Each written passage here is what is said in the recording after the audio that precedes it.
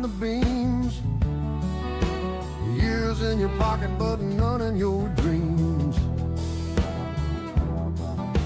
Same tired eyes, same tired plans, a fire in your chest but no place to land.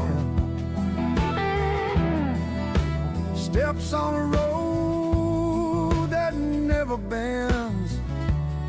They smile when you lose, they wait for the end. Hope slips away, soft as the rain. The wheel keeps turning, but it don't change a thing. What if you want, but the path just folds? Speak your truth, but the air stays cold. They dig in deep, they won't feel the flame. You will never, never break that chain. Never break that chain.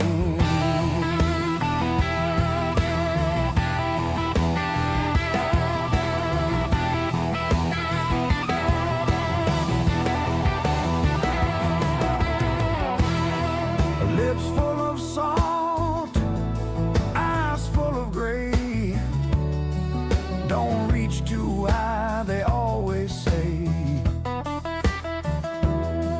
Your hands are young, your thoughts are wild, but time here runs like a fatherless child. The roots are thick, the roots are proud. They drink the sky, they choke the ground. You scream in waves, you break in vain. Still they whisper, keep things the same. Run if you want, but the path just folds. Speak your truth, but the air stays cold. They dig in deep, they won't feel the flame. You will never, never break that chain. Never break that chain.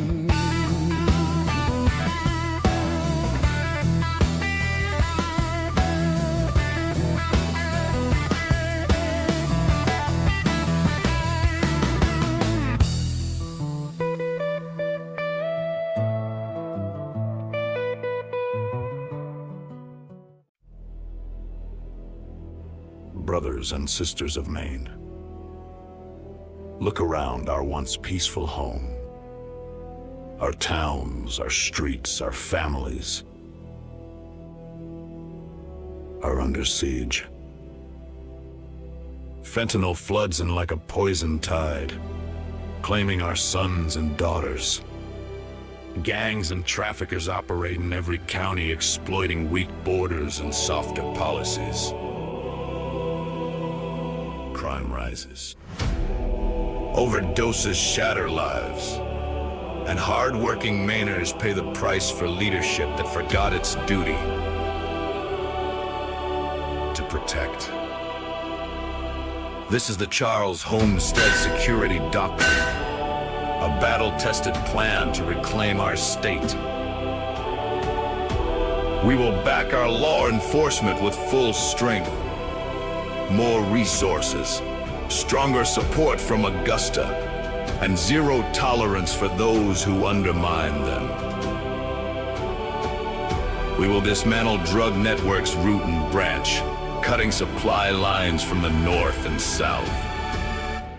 In the first 2 years of the Charles administration, we will drive organized traffickers out for good. We secure our 611-mile northern border, standing shoulder to shoulder with federal partners to stop the flow of drugs and danger. No sanctuary status for criminals. No weakness that invites chaos. We restore order to our communities. Common sense solutions for homelessness, prevention in our schools, real treatment for those fighting addiction. This is not politics. This is protection. This is resolve. Maine will rise safer, stronger, unbreakable. With your support, we will take back our homeland. From chaos to order! From fire to a righteous blade!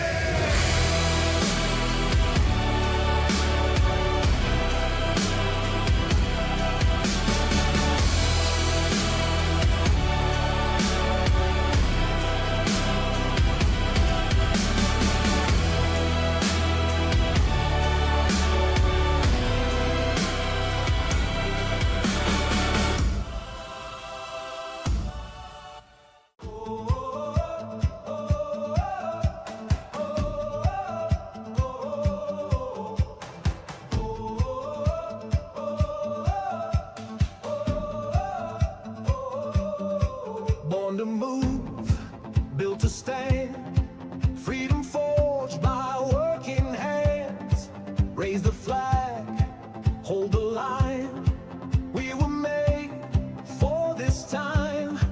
Got a strong spirit wide. We don't run, we don't hide.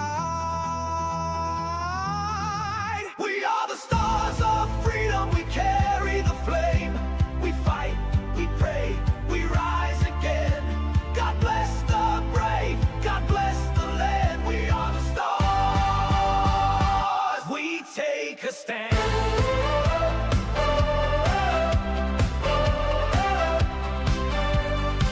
Voices loud, hearts alive.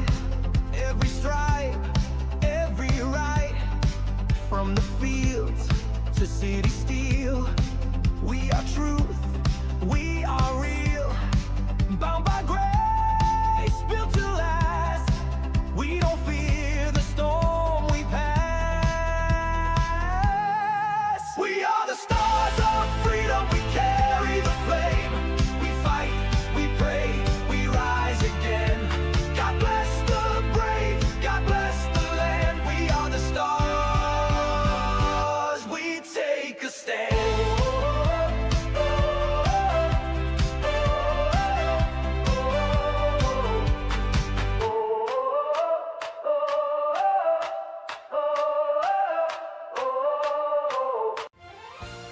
The Freedom's Legacy Conference to celebrate America's 250th anniversary and renew the American spirit. It started right in Machias, where patriots banded together against a British Navy which was ordered to take their timber. Because of the local staunch resistance, the British began to refer to this area as the Hornet's Nest. You're invited to relive those moments with speakers like Bobby Charles, Robert Cross, and more. The Freedom's Legacy Conference, celebrating 250 years of American pride, kicks off January 31st of 2026. Doors open at 8 a.m., lunch is provided, but you have to bring your blazing American spirit. From darkness to light, from bondage to the greatest nation on earth. Join us to celebrate just how amazing it is to be an American. You can face the shadows beyond the hate. You can break the silence beyond the silence. We can find the mercy. I will fight for it.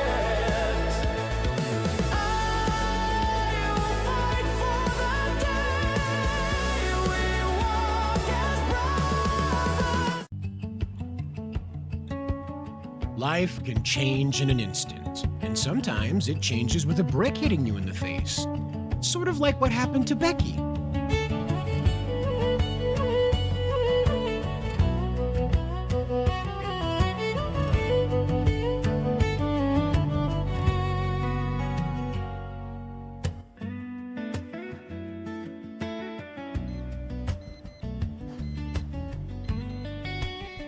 Am I going to jail?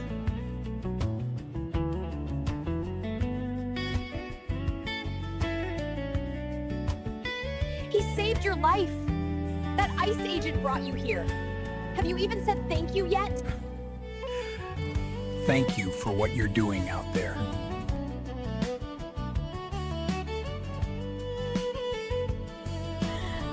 Blue Gatorade is my favorite. How did you know? At least you didn't suffer any brain damage.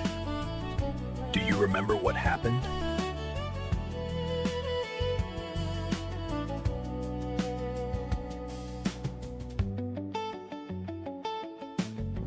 You saved my life. Thank you. And thanks to Chad, Becky's world will never be the same. I fell in love with an alt-right angel. Available somewhere. MAGA, MAGA lady, standing for the nation. Love is in our freedom. Listen to your heart. MAGA, MAGA lady, living with conviction. Feels just like the first time. Let me play my part. MAGA, MAGA lady, like there's no tomorrow. Take my heart, don't lose it. Listen to your heart. MAGA, MAGA lady, to know you is to love you. If you call me baby, I'll be always yours.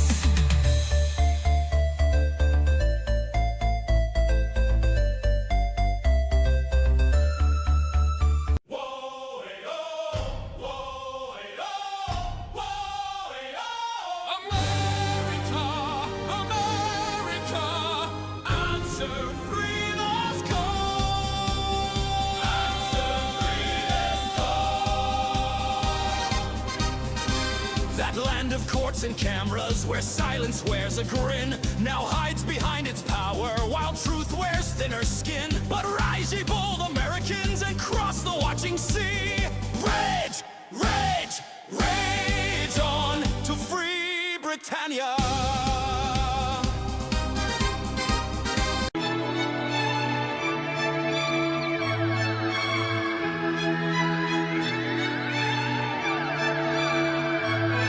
The manual bebop, it's just a truck.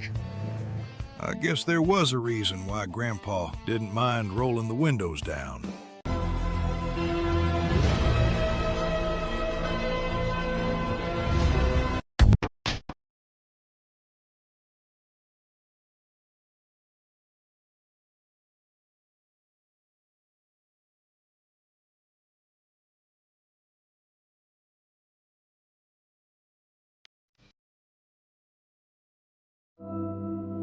And I heard the voice of the Lord saying, "Whom shall I send? And who will go for us?"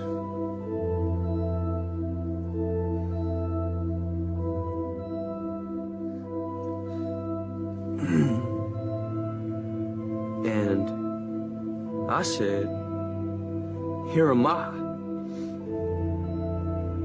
Send me." We are now approaching lunar sunrise, and for all the people back on Earth, the crew of Apollo 8 has a message that we would like to send to you. In the beginning, God created the heaven and the earth, and the earth was without form and void, and darkness was upon the face of the deep. And the Spirit of God moved upon the face of the waters. And God said, "Let there be light." And there was light. And God saw the light, that it was good, and divided the light from the darkness.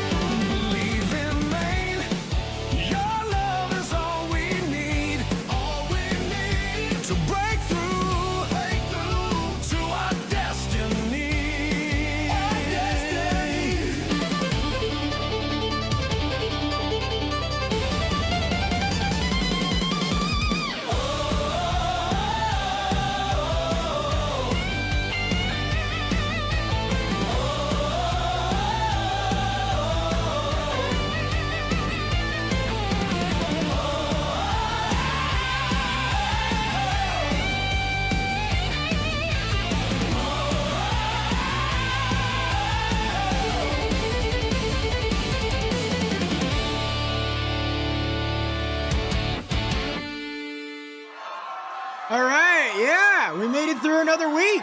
Yeah, back here at Wednesday. All right. It's a live stream. Calm down. It's a live stream. We got to talk about racism. Calm down. Okay, all right. Racism, right? That's what we're here to talk about. Because it's the hot topic these days. Everybody's racist about something, or maybe nothing. Maybe you're not racist enough. Maybe you're secretly racist. Maybe you're a ninja racist.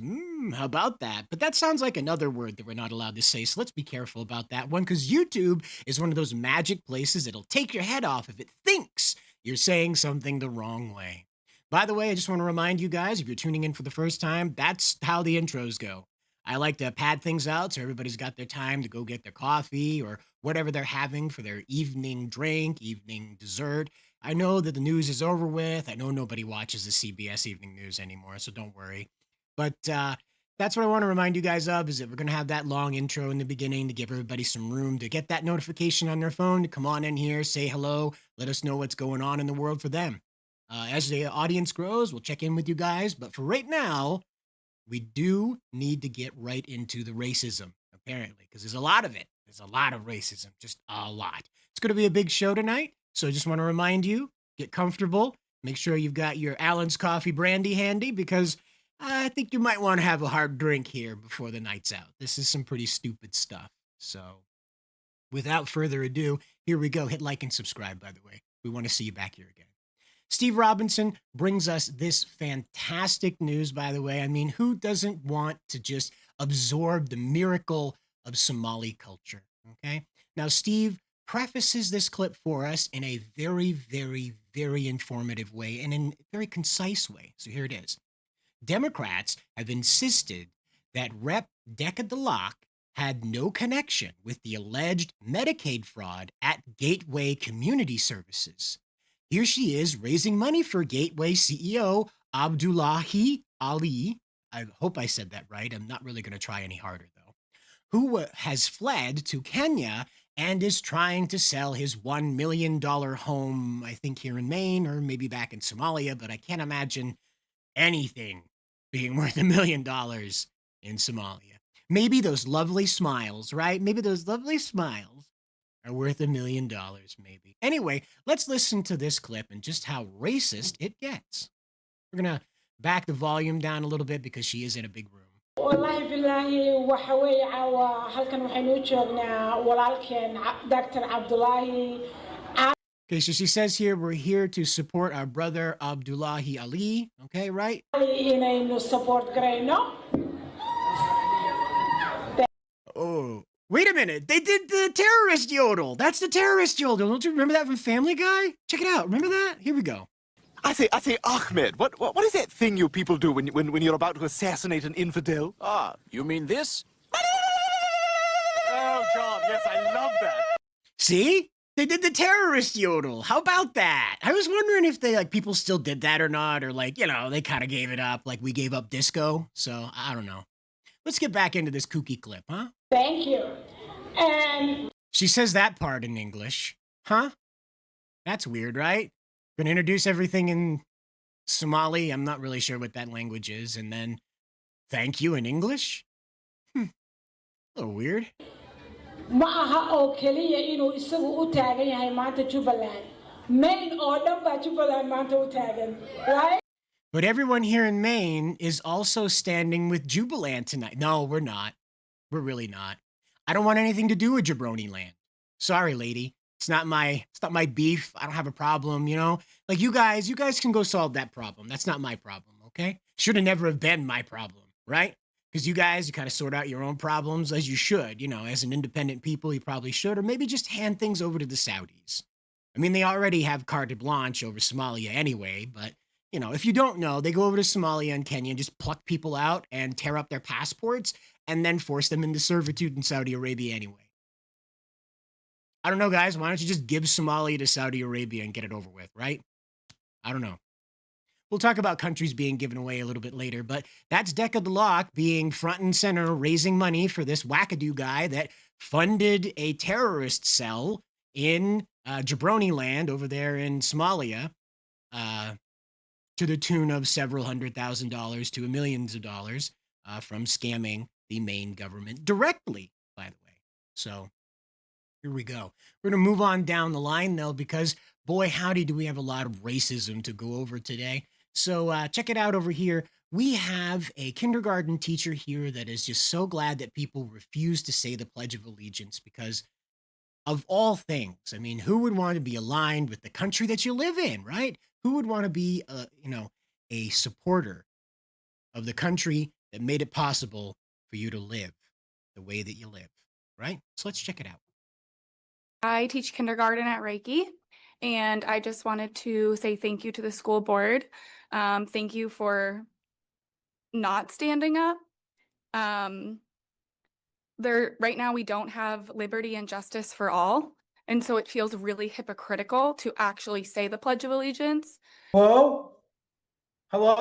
Okay, that's not an edit. That's just someone interrupting the Zoom call because apparently the city council thinks it's a-okay to just throw a link out on the internet and nothing bad's gonna happen. So this is Let a Dick In, and she is this person wants to be heard, and apparently the city council was not prepared, or rather the school board was not prepared for some random person getting a hold of that.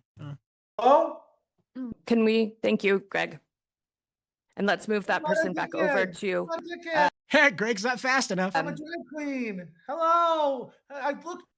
Thank you, Greg.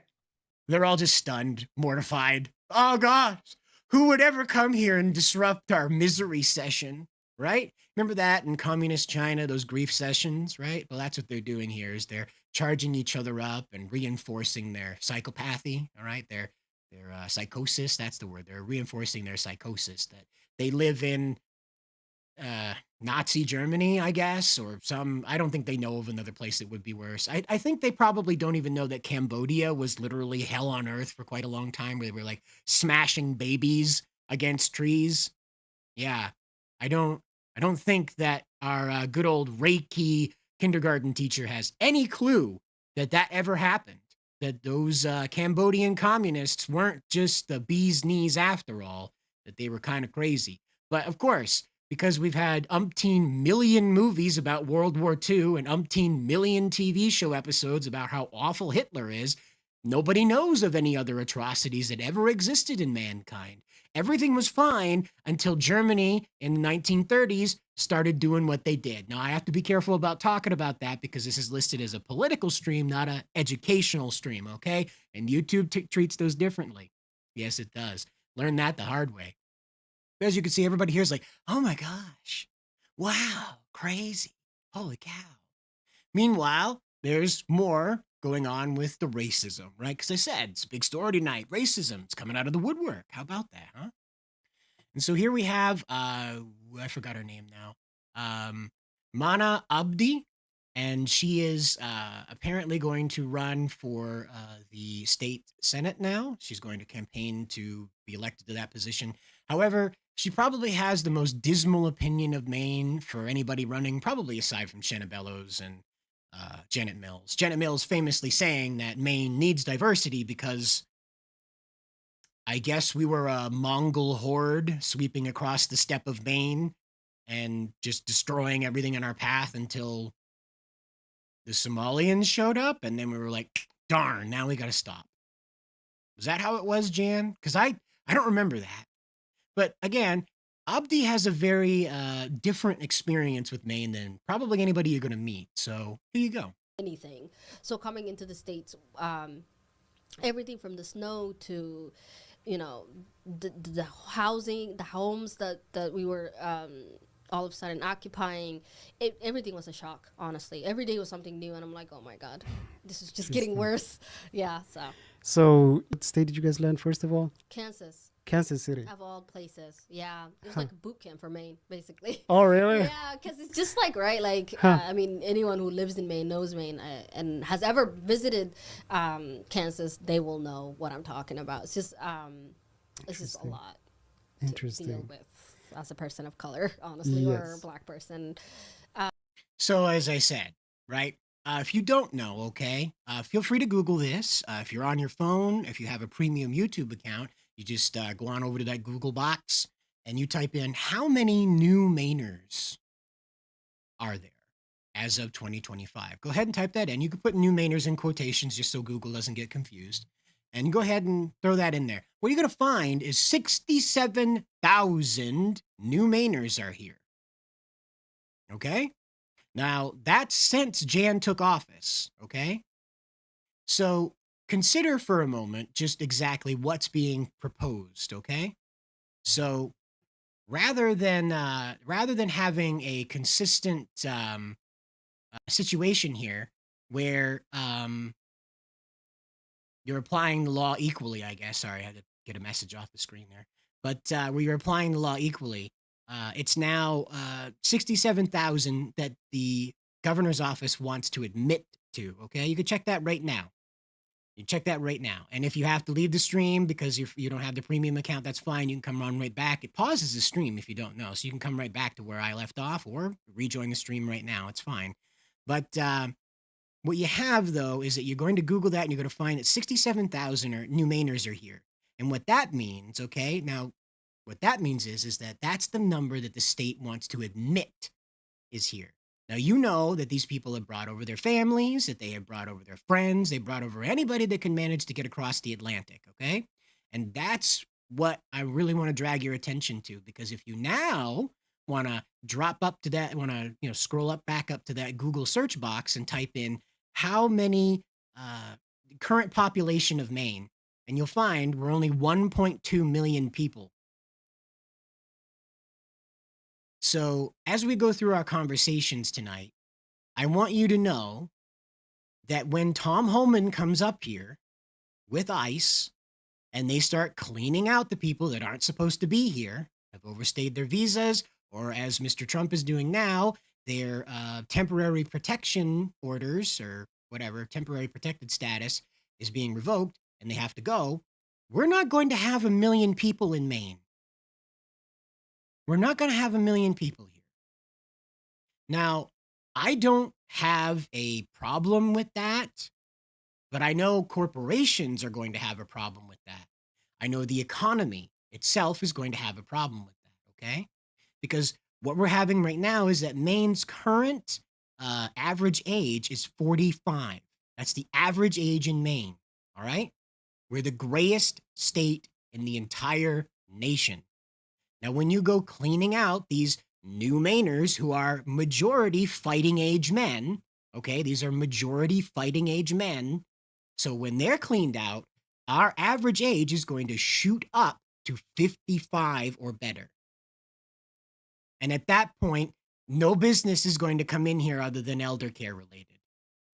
I'm very sorry. That's the reality. That's not a case to keep these people. Don't get me wrong. That's not a case to keep the illegals. That's not a case to keep people that are manipulating our immigration and refugee programs. That's not a case to do that. But it is a warning that we must brace for impact. This will be like crashing a plane into the side of a mountain. It's just the reality of how things have spiraled so far out of control. And at that point, we must seriously reevaluate what this state is meant to accomplish.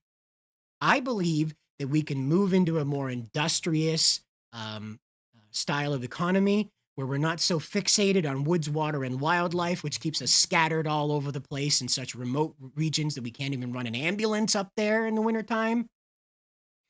I'm of the belief that we don't need to condense people into the cities either. But what we need to do is we need to embrace new industries.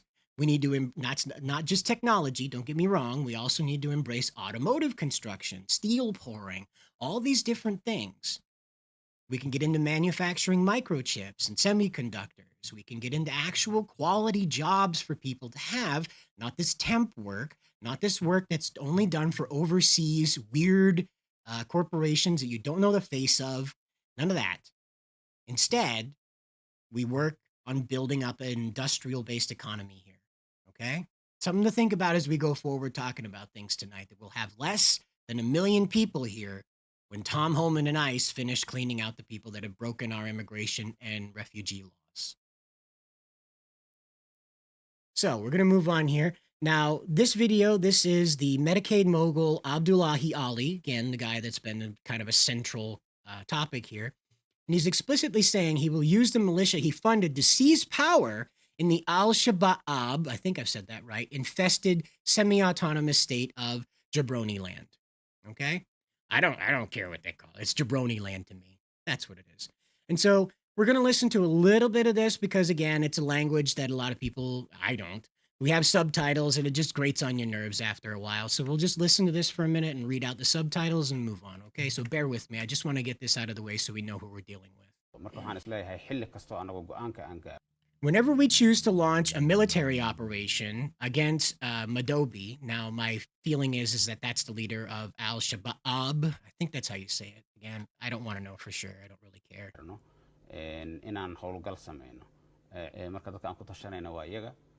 We rely on armed groups and civilians in Jabroni land to mobilize when we need.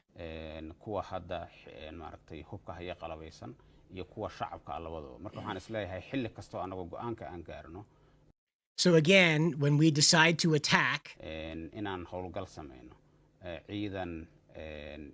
we have fighting forces and armed civilians. What was that last one? That one went by pretty fast. We won't worry about those people, I guess is what he goes on to say here. So think about this, okay? So your tax dollars and donated monies and all of this stuff that's gone to try and improve the life of these people is being drained into a forever war that has nothing to do with anybody. That's been going on forever. That's just one warlord after another, killing them, installing a new group, killing them, installing a new group, killing them, installing a new group. It is just straight out of the old stories of what Africa was when we first start, when the English start, not we weren't there, but the English started going down in there. And it's just endless war, endless cleansing, ethnic cleansing, endless religious cleansing, all of it, just over and over and over and over and over again. And they wonder why their nation is stuck in the 1700s. As I've said, one of these days I'll show you guys the tourism videos and the guys that are actually going over to Somalia and experiencing it firsthand. They don't have consistent running water. They don't have consistent electricity. The cars are a mishmash of 7 or 8 different cars together. And for some reason, everybody has a brand new smartphone.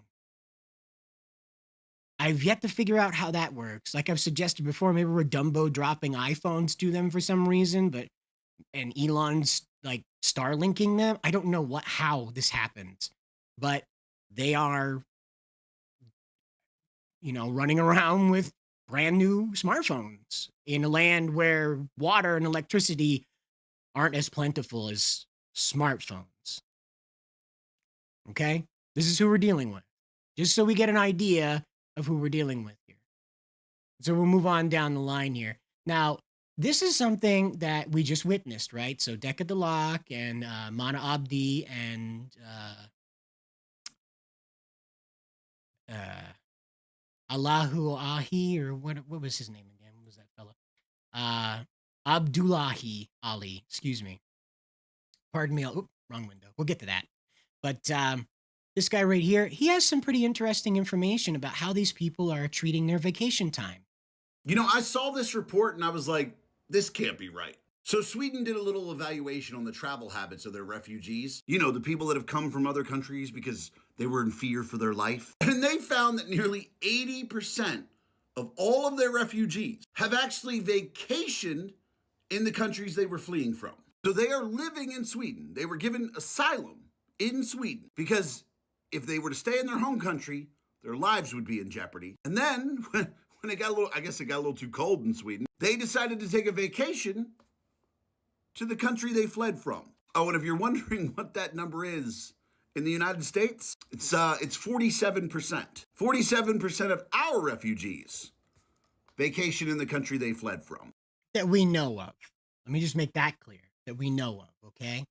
All right, because we have a problem with tracking people's movements who aren't terrorist suspects, so that we know of, 47% of our refugees are just kind of going home for the holidays. You have people who literally fled Colombia, claimed asylum in the U.S., because their lives were in jeopardy, and then within a year have gone back to Colombia to chill on the beach. How about we have a rule that if you are a refugee, if you are claiming asylum because your life is in jeopardy in your home country, if you decide to go back to that country, you are no longer a refugee. How about that? Huh? Right? You know, being in that country might get you hurt, and then kind of going back to catch a tan. That probably doesn't sound too good to the people you were saying that you're going to get hurt if you go back, right? Yeah. It's kind of like how they just don't understand what a refugee is. This isn't a place just to come take advantage of and use to fight your dumb little jabroni land wars. Yeah. How about that? Crazy. Now let's get into that one that I clicked on by accident, okay?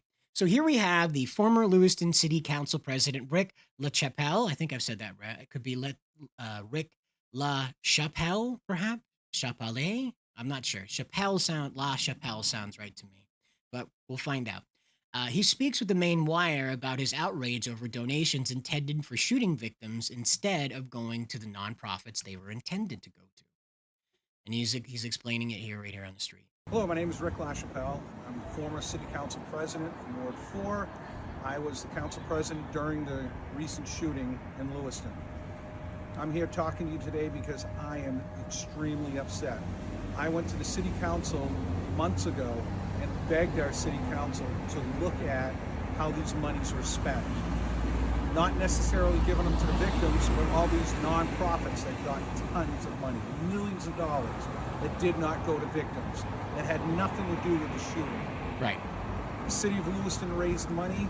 We gave that money to the Chamber of Commerce to separate. I don't know what happened from there. Our City Council President said that he was going to look into it. Our current City Council President, David Chittum, came back that he spoke to the Secretary of State's office and said there was no crime committed. What a surprise.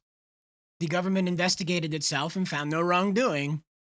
That almost never happens, guys. They're not going to do anything about it. I know there was no crime committed, but how about bringing this to light? How this money was given and doled out? That we have victims that aren't even getting the proper medical treatment and not getting the help, while you have nonprofits in the city of Lewiston, about a dozen of them, getting money. Interesting fact that 7 out of the 12 members of that committee got money, got at least $65,000 for either their charity or their spouse's charity. Something's wrong here, folks. Something's wrong. So I'm really upset at our current city council, and I'm upset at the voters of Lewiston. My God, what is it going to take for us to wake up? What is it going to take for us to go to the polls and start voting and get rid of these people? See, this is the thing, okay? A lot of people in Maine are from the utilitarian culture. Now, your brain says, oh, yes, this is utilitarian. This means that you're like truck-oriented, you know, tool-oriented. No. Utilitarian in the definition of anthropology, okay? And I didn't go to college, all right? So don't take me as a guy that knows what anthropology is inside and out. But in the structure of anthropology, the utilitarian society is a society that is about self-sacrifice for a greater good. And that is what Maine is. We are a utilitarian society in that we will give the shirt off our back to our neighbor to keep them warm in the winter while we go without. This is our usual modus operandi with our the way we conduct ourselves in the neighborhood, in the town, in the county, in the state. I've long said that Maine is just one giant one-horse town. That everybody knows everybody.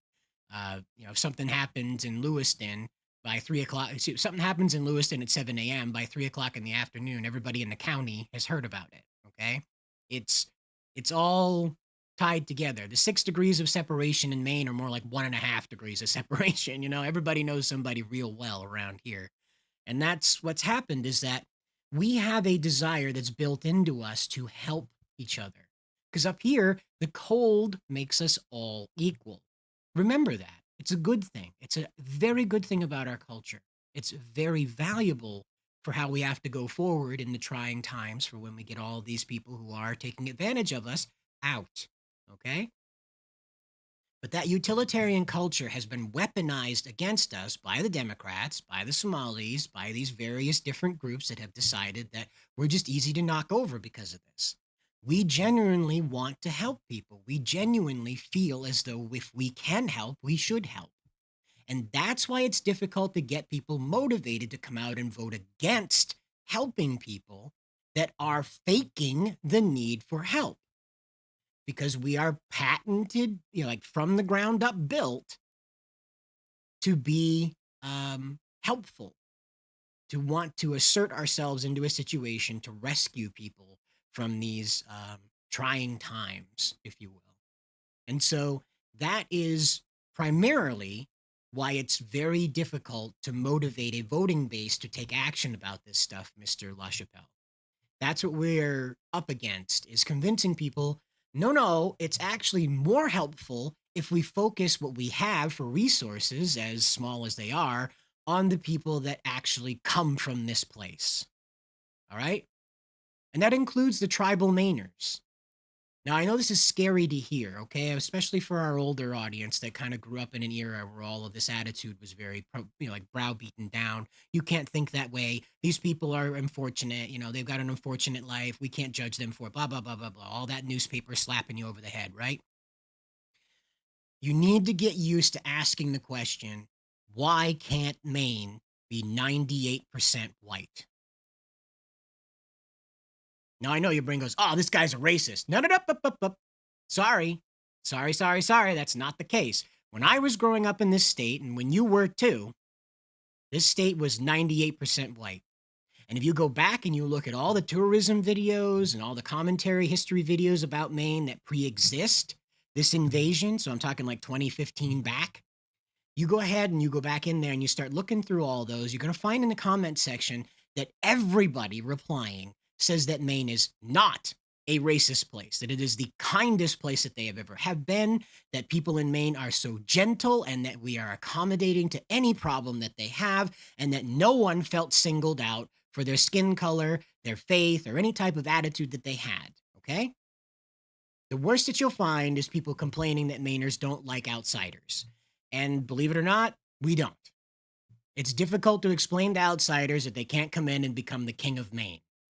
Okay, sorry, you're an outsider. Your child, a first generation into this state citizen, might have that ability. And I'm talking about people from Texas. I'm talking about people from Massachusetts even. You can't just come in here and take over. You're going to rub a lot of people the wrong way. You're going to make a lot of enemies really quick. But if you're coming in here and you're enjoying the tourism vibe, or you're spending the summer here at your summer camp, and you're just, vibing with the atmosphere here, we don't have a problem with you. We're happy to have you. What we don't want is an outsider coming in and trying to change our culture, which is what we're dealing with right now. What little of a culture we have left, by the way, because we basically surrendered most of the core dynamics of who we are to this concept that it's racist. There is absolutely nothing racist about having a snow sled rally. There's nothing racist about bonfires. There's nothing racist about building a big old snow pile that kids ride their sleds down. But that has been told to us that it is wrong because mostly white people engage with those things. Mostly. And I also want to say 98% means that there's still the tribal Mainers here, okay? Now, our tribal Mainers are just as, native to these lands as we are. We should work to help repair and build up the reservations just as we work to repair and rebuild the rest of Maine. These reservations are where these people's culture and heritage are meant to remain the focus. And it sucks that, just like us, their way of life has deteriorated within those reservations, just as it's deteriorated out here, to the point where these people feel they have to abandon their culture and heritage, just like we feel we have to abandon our culture and heritage. Okay? So it's not racist at all to say, or ask rather, why can't Maine be 98% white? We weren't hurting anybody. We had the lowest crime in the entire nation. When I was growing up, there was never a lynching. There was never, that black kid did that and that guy gets run out of town. There was none of that. None of it. The worst thing that ever happened on the level of racism is the KKK ran around downstate distributing flyers, and most of those flyers found their way into the gutters and clogged up the storm drains. That was the worst thing that ever happened as far as racism around here. Now, people want to freak out. There are people running around with the stars and bars, the Confederate flag on the back of their truck. Okay, I just want to let you know, there's a lot of people around here that probably can't read. And they don't quite understand, right, what that flag truly means beyond, opposing a overreach of government. Okay? So the Confederate battle flag, the stars and bars, represents to a great deal of people a rebellion against a government overreach, against a nanny state, if you will. Unfortunately, the reality of that flag is that it was a separatist flag erected in order to oppose the nation that, again, was acting over its limitations to do so. But the reality is that those guys are not flying that flag to hurt black people. That's not, no. When you see a stars and bars on the back of that flag, on the back of a truck next to an American flag, you're going to scratch your head and be like, wait, hold on a minute. How can you have both one, what? These two hated each other. What are you doing? But actually, to the people flying those flags, they mean the same thing. One flag opposed the British Empire. The other flag opposed the overreach of government, the dissolving of states' rights. Okay? Now, we can get into a long history lesson about what happened during the Civil War, what led to the Civil War, all that stuff, the stuff that your teachers wouldn't tell you because it makes the story a bit more complicated than those guys down there are bad. And they were. But don't get me wrong, the story is a little more complicated than that. You can't learn about that because then you might have sympathy for guys like Robert E. Lee. Who would want to be nice to Robert E. Lee? He's such a white guy. Ugh. Speaking of all this complaint about racism with a queer lisp, let's jump over to Reddit, okay? Now, they're petrified over on Reddit about the threat of ICE coming into Maine. They're trying to coordinate as fast as they can to protect whatever the fuck a brown Mainer is. I have no clue what the hell. It's amazing how people are just self-identifying like this. I'm a brown Mainer. What the fuck does that mean? Talk about subcategorizing yourself down into completely losing your humanity. What is the point of reducing yourself? I'm a brown Mainer. I think there's probably a little bit more to you than that, Chief. Maybe you want to think that statement through a little bit more. Let's stop with these hyphenated things. You're a Mainer. Especially if you were born here to begin with. Act like it. But let's read these people's comments. So we have from the Frozen Hawaiian. Gee, I wonder. And so this person says, the ICE convoy headed in Maine from New Hampshire. Anyone seen or heard anything? Heard this rumor from a few people this morning? Anyone heard anything or seen anything supporting it? Now, of course, this has been locked because, we don't want it to get too crazy. We don't want the racists to come in here and say anything. So, Tony Flags, I think he actually added the L in there by accident, but I'm not going to say the other word, okay? Because, it's a family show. It's a family show. Anyway, it says right here, the lead comment from the mod says, the brigading trolls have found the post locked to prevent any rule-breaking posts that could get it removed by Reddit admins. So there you go. Because the conversation wasn't going the way they wanted, the mods locked it down. So let's find out what's going on here with the first commenter who got awards and was so celebrated. He's number 1% commenter, by the way. Oh, 1%. I thought the 1%ers were the enemy. Anyway, this is Umami Ice Cream, Friends with a Moose. This person's proud of it. Says, Brown Mainer here. More than anything, I'm keeping a very close eye on which of my neighbors gleefully call for this theatrical bullcrap. If anything, this whole situation has made it easy to identify the people who struggle to accept that others exist. I have a map of where my property ends, and I know my rights.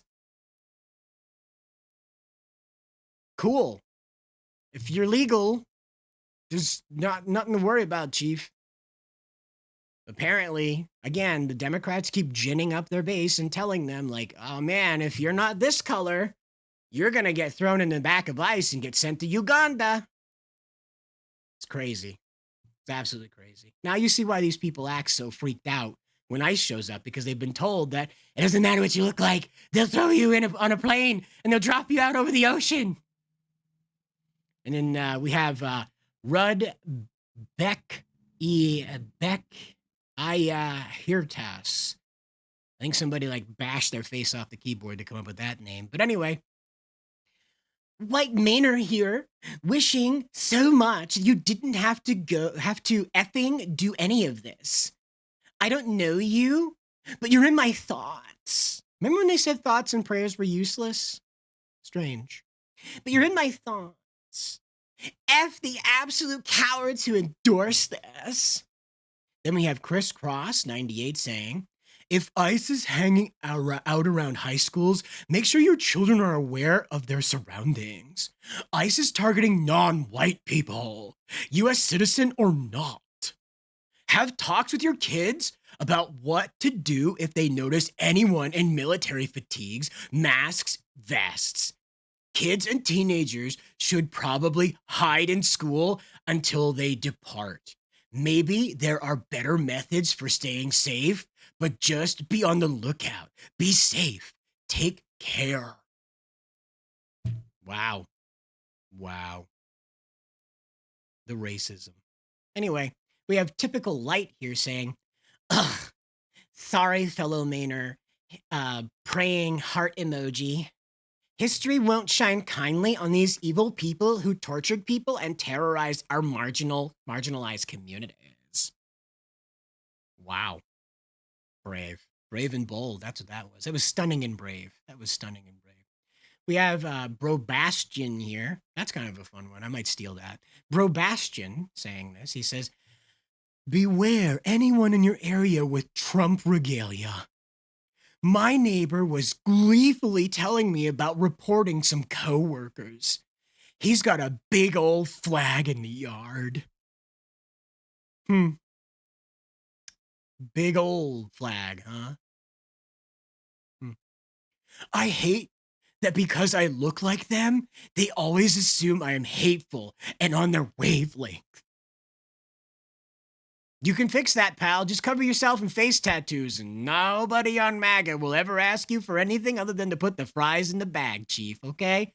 I'm just telling you, if you want to make sure that they don't get confused, just cover yourself in face tattoos. You know, a couple neck tattoos, they'll get the picture. Anyway, we have Hamakabi here. Ooh, my. Ooh, Hamakabi. It says, I hate because I look like, he's quoting this other person. He says, this has always been one of my favorite parts of being a Jew. What the fuck is that? Okay. This has always been one of my favorite parts of being a Jew. White racists just out themselves without having to play games. It's like wearing racial camo. Wow. Deep. You guys are like the 007 of hunting down racism. Too many movies, guys. Too many movies. The Neon Crow says, I had a best friend years ago that looked at someone and said, quote, don't think that because I share your color that I share your prejudice or small-minded thinking. Wow. Wow. Wow. I don't know about you, but I feel like a bajillion% less racist now after reading that stupid bullshit. Yeah. These are the same people that'll tell you that Asian hate isn't real and that Asians performing in school better than any other demographic is bad, so they have to be downplayed at places like Harvard. Go ahead and Google that, by the way, how Harvard exercised extreme racist prejudice against Asian students because they outperformed everybody else. But hey, that's the racism that's okay. The other kind, that's not okay, but this kind, that's okay. Anyway, and we have Happy Baker saying, love this saying. Well, good for you, dear. I'm glad. We have Pediostro. pedostro. There we go. You might want to be careful about saying that one too fast. That sounds a little different when you say it too fast. But they say, not to tell you what to do as you have to live with your neighbor next door, but I think I would have said, who does that? Who rats out people just trying to live and make a better life for themselves and family? It's so un-American. And I would have walked away. Not speaking up when you can give, gives these people a false sense and that everyone agrees with them and they do not have to think about their actions nor have consequences. I don't know what that's supposed to be, but anyway.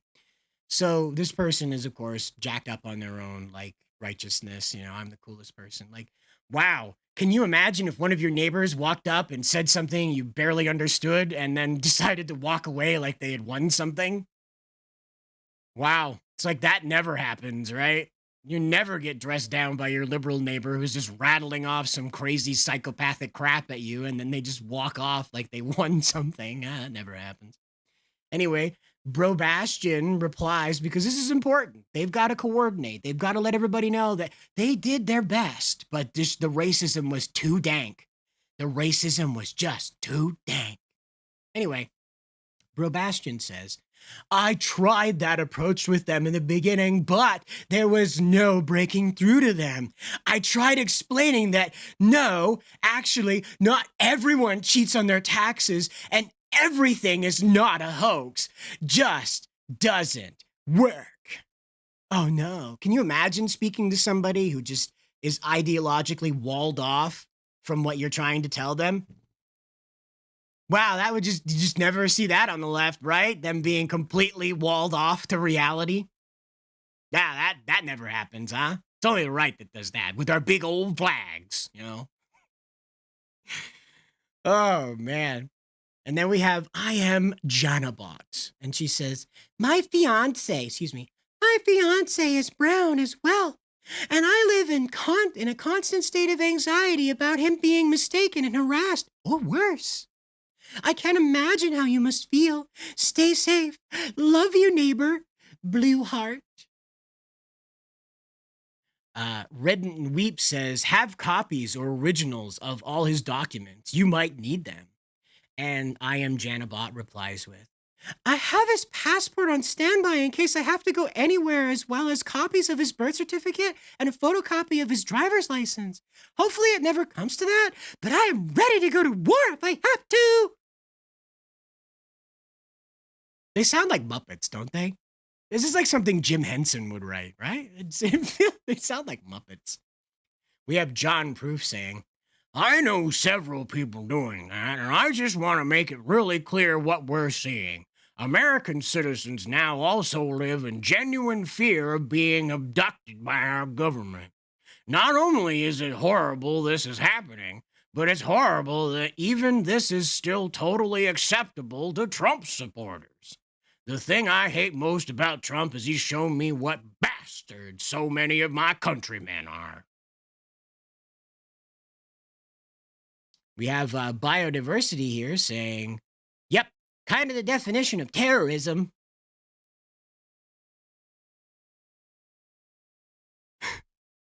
Enforcing the law is terrorism now, by the way, just so you know. Heads up. Heads up. It's terrorism now to enforce the law. Biodiversity again has to chime in, and he says, heck, I'm white, and I have been wondering if I should print out my ancestry back 400 years. Buddy, if you're legal, there's not going to be a problem. Like, I don't have ICE agents knocking on my door. You want to know why? Because I was born here. Crazy, right? Crazy. We have Jim Stencil saying, sorry you were being made to feel this way. I hope you know you have friends in your community. You aren't alone no matter how much they try to make you feel like you are. Fist emoji. Solidarity forever. Working class Mainers, unite! They're trying so hard to make this limp-wristed socialist revolution start, and it's just not going to happen. It's just not going to happen. It's not going to be the Red Terror. It's not going to be the Bolsheviks. They're just Starbucks limp-wristed, keyboard warriors that are all ginning themselves up for some conflict, but bop, and they're done. The old Windows restart MP3 plays there, and they get bopped in the face because the worst thing that's ever happened to them is they've maybe stubbed their toe. But most of the time, the worst thing that's ever happened to these people are their student loans. They've never had any adversity or strife or struggle ever enter their lives. And so this contest over enforcing the law is the scariest, most dangerous thing that they have ever witnessed in their entire stupid lives. Okay? Crazy. But that's enough of these lispy queers. We'll move on now.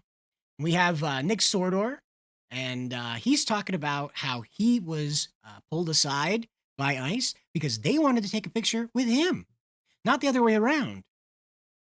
So that's how things are going, okay? If you prove to the world that you're not a psychopath, the world rewards that. How about it? Isn't that interesting? You go out into the world trying to bring some order, or at least show off what the chaos is actually happening, what the actual story behind the chaos is, not the stuff that you're getting through many, many, many different SJW filters in the media. And instead, you're getting the truth from Nick Sordor, and he makes friends. He even got a neat old patch from him. The Los Angeles Field Office Special Response Team got a neat patch from him. I mean, that's pretty cool, right? Nick says here, he says, I'm beyond honored that ICE SRT LA asked me to take a photo with them. These guys put their lives on the line every single day, striving to bring our community to the golden age. God bless you guys. And I truly mean this. The vast majority of Americans have your back. It's true. It's true. I truly look up to these guys, and I try to give back to them whenever and however I can. Thank you so much for the awesome patch. Me and millions of other Americans will continue praying for you guys. And we will. We will. You have to understand, we're up against something that is a little unique to America. We have a freewheeling group of people that have never felt adversity in their lives. They're called white liberal women. And they've become so bored with their regular lives that they've decided to imagine themselves as Marvel superheroes, fighting agents of Hydra, or as 1930s American soldiers plunging into the heart of Berlin to fight old Adolf and whoever else was around at the time. It was almost 100 years ago. I can't bring myself to care. I just can't. And so the situation that you see with Nick right here is we're observing how men are coming together around this, okay? It's not just white men either. We're observing how men are coming together and uniting over this order over chaos thing. The women, however, even your conservative women, are being manipulated into feeling very negatively about ICE's presence and their activities. I've had conservative women confess to me that they believe that ICE is untrained. I don't know where they get this idea that we're just handing out guns and bulletproof vests to anybody who manages to turn in a resume. Dean Cain recorded his entire training schedule. It took him about 3 weeks. And believe it or not, it's you don't really need that much training. It's mostly just rules of engagement, which is, again, what everybody in law enforcement gets trained through. The law that they're being asked to enforce is very basic. The immigration law. If you get in the way of that, you can be arrested for that. But women, for whatever reason, are refusing to acknowledge this reality. I've even had conservative women explain to me that they simply do not like the idea that hitting a man with a car results in your death. I don't hate these people. I don't think they're stupid. I understand that the emotional manipulation the media and their own group chats are doing gets to them. And it makes them believe that the efforts of ICE, Nick Sordor, and so many others are negative and violent and terrible and unjust, when it's quite the opposite. The reality is, you watch most of these videos where the invaders are being taken up and moved into processing to be removed from the country. there are people, hundreds of them, screaming, playing. They got the megaphones that are just squawking, making horrible noise. They've got the rape whistles, and they're just toot, toot, tooting as loud as they can. They're of course, trying to cause havoc with their vehicles. They're honking on the horn, squealing their wheels, just doing everything they can to be a general public nuisance. But they continue to be allowed to do that until they enter the radius of where these police have decided that you need to stay out of while they're apprehending a criminal for your own safety. The reality is these people are invaders. They don't care about you. So if the ICE shows up, they're liable just to start firing out the windows. And guess what? Grandma, in her neat little Buick Enclave, well, I don't think that's bulletproof. I don't think Grandma brought her bulletproof vest. I don't think she brought her combat helmet. So she's probably going to have a real bad time when our invader friend decides that he doesn't want to go back peacefully and just starts opening fire on his front lawn where he thinks ICE is and starts nailing kindergarten teachers and cheerleaders and moms, right? But this doesn't go through the mind of these women. What goes through their mind is they see a man who is roughing up a woman and they hate that. And they think, oh, that's me next. No, no, it's not you next, because you've now learned what happens when you do that. So the appropriate thing to do is to obey the law. Sort of like when you're given a lawful order to get out of your vehicle. You get out of the vehicle. You don't try to run away. You don't try to run over a police officer because you think you're Scarlett Johansson playing the Black Widow in a Marvel movie and everybody's just extras in your main character adventure. Okay? That's what we're up against. It's very unique to the United States because we have allowed these white liberal women to become absolutely uncontrollable.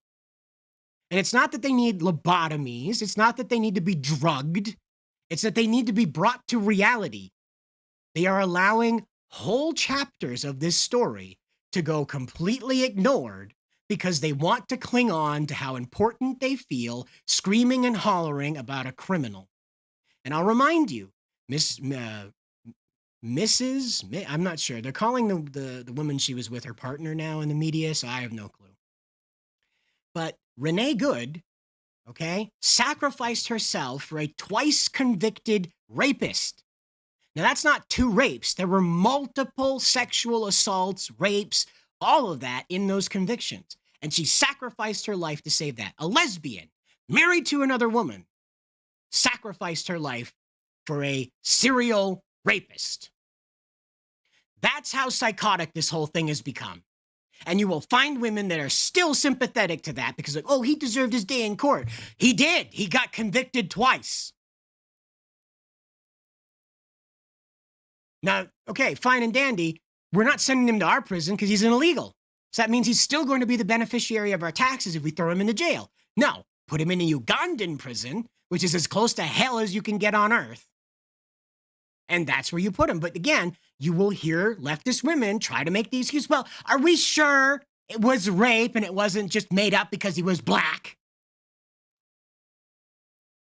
Because again, they cannot accept the reality that they're wrong. They cannot accept the reality that they have massively overstepped their boundaries in every direction possible throughout all forms of their life because they've never had anybody to tell them otherwise. And again, I blame the limp-wristed fathers that wouldn't pull them over their lap and tan their ass for being an idiot. Oh, well, you know, she would have called CPS on us. Great. You probably would have been rid of one little psychopath then. She'd go be a foster parent's problem. They tend to be a little rougher with misbehavior, too. And that's what I'm trying to tell you, is that this whole game of letting these women get away with this has to stop. It has to stop because they think that they are in some kind of movie. They gin themselves up into thinking they're superheroes and they're fighting real Nazis or Hydra agents or some insane thing. And then we are left to clean up the mess when they do this crazy stuff. Now, I remind you, the same people who had all of this outpouring of sympathy for Renee Good were dancing around celebrating Charlie Kirk's assassination. There is no consistency. They are only little brats that have grown up into adult women and all they know how to do is hurt you. That's all that excites them, is to hurt you. It doesn't matter what position they have to take. It doesn't matter what opinion they have to turn themselves inside out to conform to. It doesn't matter if they said one thing 2 seconds ago and now say the exact opposite 2 seconds later. They want to hurt you. They'll do anything they can to hurt you. And that's what it's about. The game is to hurt you the way that they used to hurt their fathers, who wouldn't take them over the knee and tan their ass for that behavior.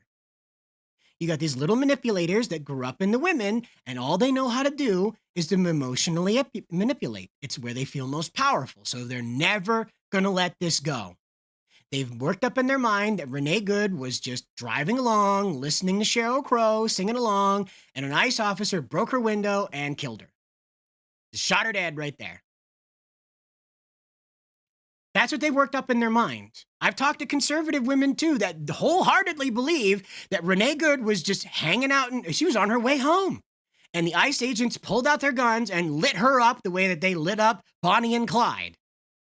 That they mag dumped into her. I've heard so many of them claim that they mag dumped. They mag dumped their guns. They also think that the guy that went through the window did it, not the guy in the front. They don't even know about the guy in the front. They refuse to acknowledge the guy in the front. And when they do, they're like, well, officers are trained not to stand in front of a vehicle. She was backing up. She was told to get out of her vehicle, so they were perceiving that she was parking her vehicle in order to get out for detainment after she had spent the entire day trying to block them off and successfully blocking them off, being the leader of the blockade that was creating problems for them.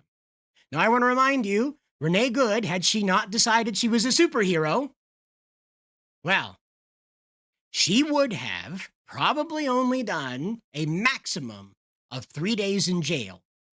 There isn't a judge in Minnesota that would have hit her with 30 days. But instead, she condemned herself to a death sentence for a twice convicted serial rapist. Because she was told that person is more valuable than any American. And that's what you have to recognize. That person was more valuable than her children. That person was more valuable than her wife. That person was more valuable than her, despite being a twice convicted serial rapist. And that's what we're dealing with. We're dealing with an entire society of liberal white women that have never felt repercussion for their stupidity. And that has grown up into a whole fleet of Karens that believe that they're bulletproof and they're going to save the world because the men can't.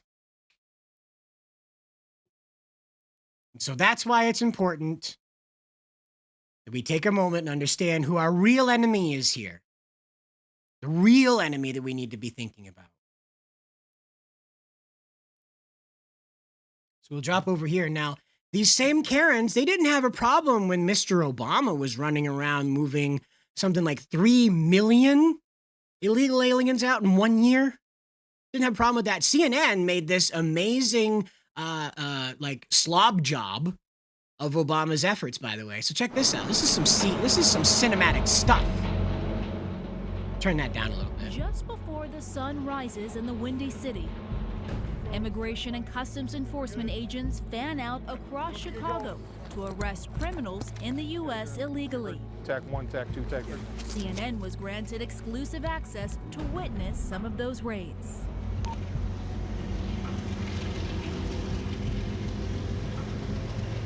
Here we go. We got 3 targets this morning. You know, some of the neighborhoods a little sketchy, so we got to make sure it's not just the target we're looking after. Oh, they got guns. Oh, God, they've got guns.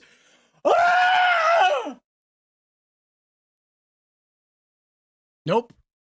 Not a peep out of them.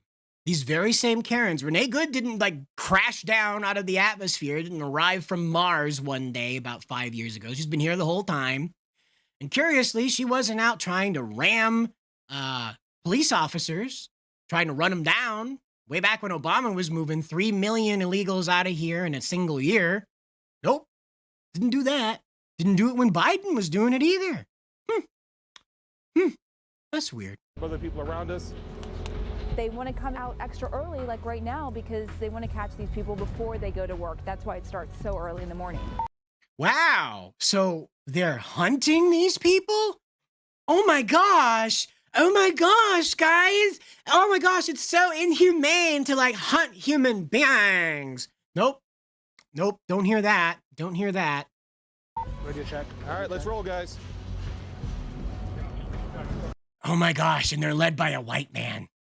Oh, it's turbo Nazis, guys. It's turbo Nazis. So Cook County is one of more than 300 sanctuary jurisdictions in the United States. So they're hunting illegals in the wee hours of the morning in sanctuary states, sanctuary cities. I was told that that's like super duper Nazi. That's double, triple dip Hitler. But I guess not when Obama does it. I guess it's okay when he does it. A lot of things go through your head. Your adrenaline, blood pressure, of course, goes up when you're getting ready to do something like this. All right, that vehicle behind us is off limits. How many people are involved with this operation particularly right now? I have a 5-man arrest team here situated in this neighborhood here on the street. A 5-man arrest team? You mean like a hit squad? You see the stoop going up? I have a couple guys sitting right inside that stoop. This is part of what we do. Keep eyes on somebody and try to be as covert as we can. They're stalking them! There we go. Is that him in white? This may look organized, but in this moment, confusion. There's always challenges we face when it's dark, somebody looks very similar to an individual. Oh, and he doesn't fight. Oh, I don't hear any rape whistles. I don't hear people beating on drums. I don't hear horns. I don't hear people screaming, get a better job. I don't hear any of that. Weird. Weird. It's almost like people are like, oh, hey, yeah, that guy that we knew was illegal is getting sent out of here. How about that? ICE agents mistakenly arrest the target's brother. In the process of... Oh my gosh, they made a mistake, you guys. We should probably end the whole program now. Yeah, this is unjust. This is Nazi stuff. And they don't know what they're doing. They're untrained. Can you believe this? That Obama would just send out untrained people arresting other people's brothers? Oh my God. Talking to him in the vehicle, he then said, oh, no, I'm actually so-and-so. Who you're looking for is over here, this other address. He led us to that address, and we were able to actually arrest the individual we were looking for. 2 for 1. Oh, wait, that's Nazis. Ugh.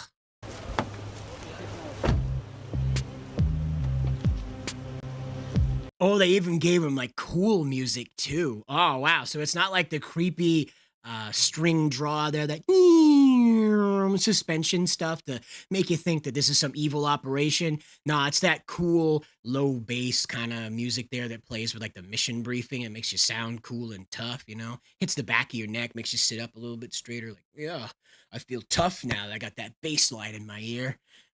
Oh, well, you know, I guess CNN was okay with Nazis back then, huh? In 2011, Cook County passed a law to ban cooperation between local law enforcement and federal immigration officials, citing liability concerns. Wow. Wow. And CNN isn't like, the county has decided not to allow Nazis in here. No, they're just like, Cook County was stupid. And we're riding along with these immigration enforcers, and they're cool as fuck.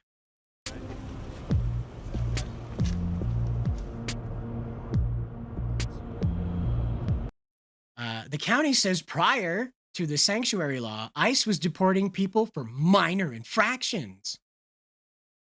Like being here illegally? Is that a minor infraction to you people?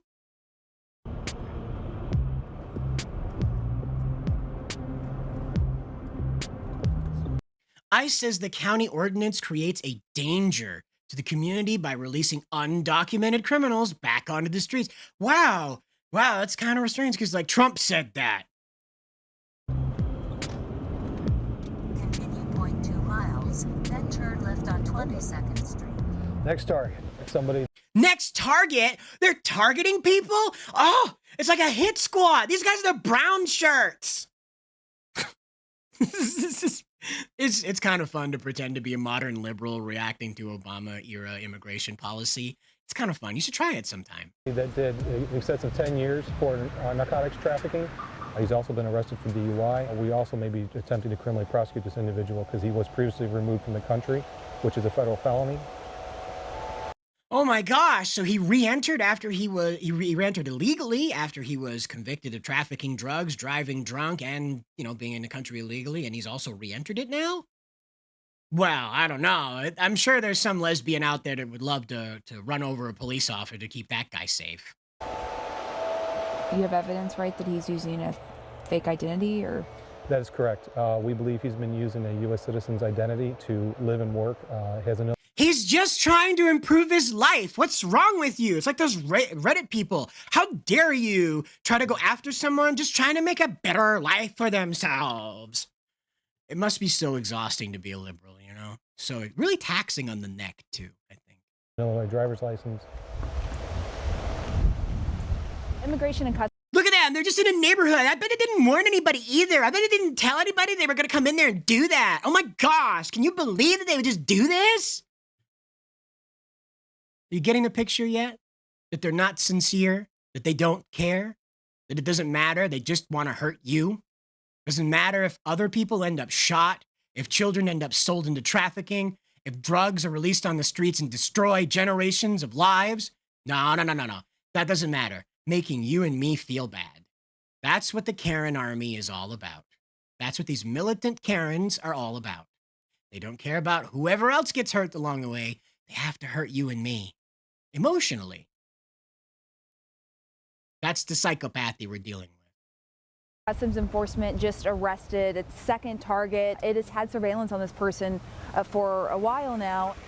They have been stalking this guy forever now? That's gotta be illegal. You can't just stalk people forever. Oh wait, the NSA. This individual was incarcerated at Cook County Jail at one point. He was released without notification to ICE.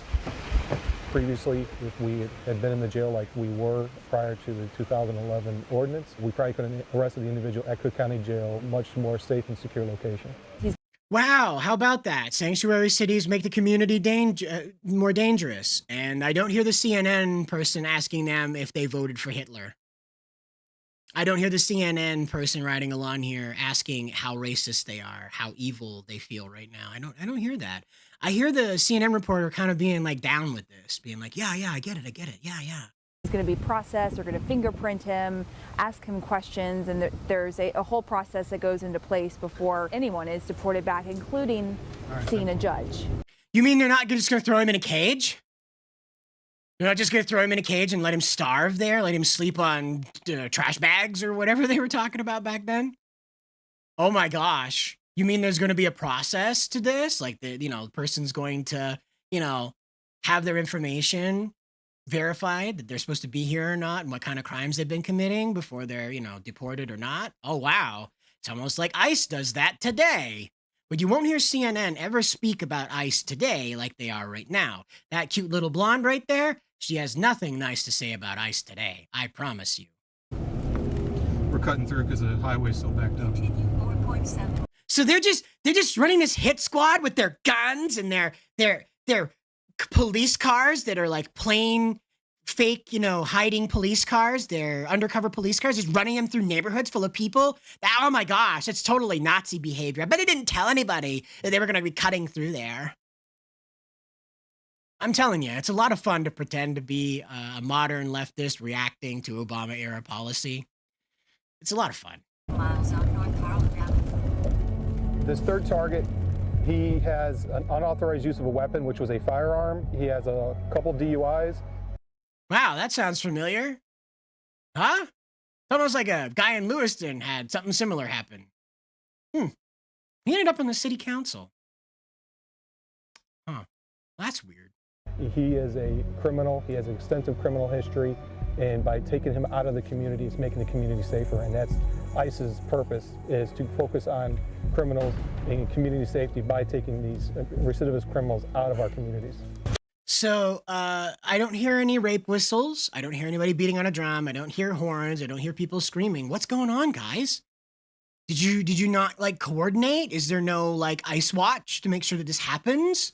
Like you guys get out there and stop these guys? Because this guy was at work. He was at his chop shop, okay? He was at his chop shop, cutting up cars that he stole or people sold to him after they stole them. I mean, come on. He's just trying to make a better life for himself. Ah! I'm really not on any drugs right now, I promise you. I've drank tea today. It's just fun to pretend to be a modern liberal, I guess. Maybe that's why they do it, because you just get, it tuckers you out, you know? I'm not really sure even like jogging 10 miles would get the kind of cardio you get out of being like a regular average lib shit. You got any weapons on you? No. We got a warrant for your arrest? So we got here and there was a lot of action almost immediately. We came in, saw the individual, we had eyes on our target. You know, he was able to come out of the business for us. We were to apprehend him without incident. At the same time, we also... They're taking a picture of his face. They're going to distribute it everywhere. He's going to go back home and be hurt. They can't do that. They can't just take people's pictures. There's laws against that. There's a right to privacy. Brought out his brother, who also is believed to be illegal in the United States. We were able to run him on our portable fingerprint scanner. He did have... They just took his fingerprint on like a portable scanner? How's that legal? They're just stealing his identity right here. They're evil, guys. They're Nazis with their mobile fingerprint scanner. Have a hit with DHS, so he's been previously encountered, I believe, by the Border Patrol. So we're going to take him to the office and verify what criminal history he has, and we'll go from there with him. At the same time, with an individual run out the back of the business and started jump fences, officers pursued him, were able to apprehend him. Whoa, they just chased a guy through a neighborhood? They probably didn't tell anybody they were going to be chasing people through the neighborhood. Can you imagine how unsafe that is? Oh my God, they're like total Nazis, guys. Obama and his Nazis. I'll remind you, if you're just tuning in, this is Obama-era ICE. This is CNN glazing, slurping, slobbering all over Obama-era ICE operations, and you'll never see it today. Did you run? Well, the thing is, I gotta look out for my kids. I just don't want to leave my family. He's got kids! You're gonna take a father away from his kids like that MS-13 guy that got sent all over the world because Trump just doesn't like him. Oh my gosh, he's like, this guy's got kids. We can't take him out of here. They won't have a father. Like that's evil. You're gonna deport the whole family? Oh my gosh. Man, you show this to a modern lib shit, their head will explode. Their head will explode. Family alone. That's one of the main reasons. What do you think about what ICE is doing to get criminal undocumented immigrants off the street? That's good. We really appreciate that because, I mean, sometimes they get people that they're not doing anything. And we come over here for the same reason, to work, not to go ahead and break houses, break cars, nothing. All right. Oh, we just came here to work. Uh-huh. Maybe try becoming a citizen. Then you can go to work wherever you like and you don't have to be looking over your shoulder every time a cop car rides by. Crazy, huh? And it is, again, Cook County's a sanctuary space, so all these people are concentrated here. This is their promised land, you know? He's just saying he was scared and ran from the cops, but that's why we want to encounter him, see what's going on, see what the story is. He's not a priority. We haven't encountered him before, so we're going to let him go on. Oh, okay, so he's not a problem one. Okay, so even now, right, like we're releasing people still. Back when we make either a mistake or we've chased someone down who is misbehaving and they're just reacting out of emotion, still have that happening here at ICE. In our ICE, you know, in 2025, 2026, that's still happening. But it's an unforgivable, super duper, ultra Nazi crime now. Okay? So if you want to see more of this, you could check it out over on Wall Street Mav. He posted it a little earlier yesterday, or last night rather. But I do want to attract your attention to a little bit of foreign interference going on. This fella is over in China and he's instructing Americans to carry out a communist revolution. If you have an American flag in front of your house, swipe away. Do not watch this video. I can think of something I'd like to swipe, friend, but I'm pretty sure I can't say it on YouTube. Okay, there's about 10% Americans want a revolution. It's too early, but it's not too early to prepare for the revolution. Could you, let us know who you're talking to, friend? We just want to hang out and have a conversation. That's all. Let me share with you a business plan to prepare for the revolution. See, that's funny, right? that he's talking revolution and he throws business plan in there. So he understands how the language scanners on TikTok are going to pick up on revolutionary conversation, calls to violence, that sort of thing. So you know what's coming next.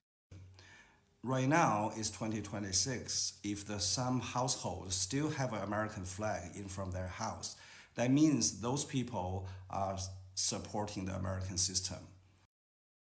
Great deduction, Chief. Good job. Did you go to college for that? They are your enemy and they will be your enemy when the revolution starts. Before you eat the rich, you need more resources and weapons. Where to get all these resources and weapons? Get it from those households who got American flag in front of their house. Okay, so you guys also need to have a community. So if you're not paying attention, this man just instructed these people watching this to break into MAGA houses and pilfer the weaponry. Now, I know he's missing a step in between there because he understands the platform that he's on is not going to tolerate telling people to go in and rob Reiner, the people inside, okay? That's my code word. I'm a little smarter than the Chinaman. You have to excuse me, I'm a little smarter than the Chinaman. It's all the lead poisoning they deal with over there. But irregardless, let's hear more about what this Chinaman has to say. Set up a website and ask all your members to take picture of every household who got American flag. So what this is it's creating a network of targets, right? This is what we're up against, okay? Now you have the Chinese trying to start a revolution here and instructing people on how to do harm to their neighbors. And upload those information to your website, address of each household. When the time comes, you guys can use this information as evidence to eat them first. Eat them. Now, I don't know. Alex Jones said he would eat his neighbor. I don't know if they're actually talking about nom nom or if they're talking about, the Bolshevik style eating. So eat them, God will support you. Buddha. No, Buddha will not. Buddha. It's one of the funny things about Buddha is he was kind of like, don't do that. That's bad. Don't do that. Buddha was one of those guys who was like, all life is connected. So like going around randomly killing people, probably not a good idea for that whole connection thing. Karma, by the way, in the Buddhist practice, it's not the word that they use, but karma is the weight at which you determine whether or not you're going to be reincarnated as a human or a grasshopper, an amoeba, a bird, that kind of thing. So the reincarnation gimmick here is that the good deeds you do determine how you're reincarnated. I don't think murdering innocent people, again, innocent in the sense that they are not attacking you first, I don't think that's gonna do well for your karmatic scale. So get used to being a grasshopper, friend. Buddha will support you. Eat them with no regret, okay? So this is my business plan for you. Business plan? Sounds so pleasant. When the time comes, some household, they will pay you a lot of money just to take off those information off your website. All right, so now he's saying extort them under the threat of violence, okay? Like mafia tactics. Gee, we've got your house here on a listing of people that we're going to come eat, however that means. And, if you want that off there, you probably ought to give us all your savings. Don't you love communists? They're just so spread the wealth around, right? Not their wealth, your wealth, right? They're just such nice people. They just want to redistribute the wealth that's not theirs. They're happy to redistribute your wealth at your expense, naturally. After they eat you, whatever that means. Are you getting it yet? Are you understanding what we're up against? It's not Mayberry anymore. You're not dealing with good old Sheriff Andy.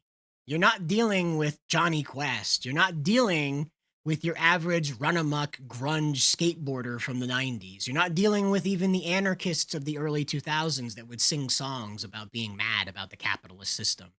You're dealing with people who are actually attempting to coordinate to harm your family. And they are your neighbors now. Our civil war, if it ever is to happen, will not be fought north and south, east or west. It will be fought plot by plot. Neighbor literally against neighbor. And this is the kind of attitude that they have about all of this. This guy is not unique in what he's telling them to do. He's just dumb enough to make a video about it and circulate it. That's all. We call this Fed posting, where I come from. Fed posting means you're just saying crazy things that will get the FBI's attention if other people come to agree with it. So Fed posting is typically done by feds to bait people into saying crazy things about doing harm or overthrowing the government through violence, and thus the FBI, NSA, whoever can come through and deal with that. Okay? That's what Fed posting is, and that's what this video is. It's 1 minute and 36 seconds of Fed posting. Just something to remember as we go through all of this. You're not just dealing with people who are like, I just want free healthcare. No. No.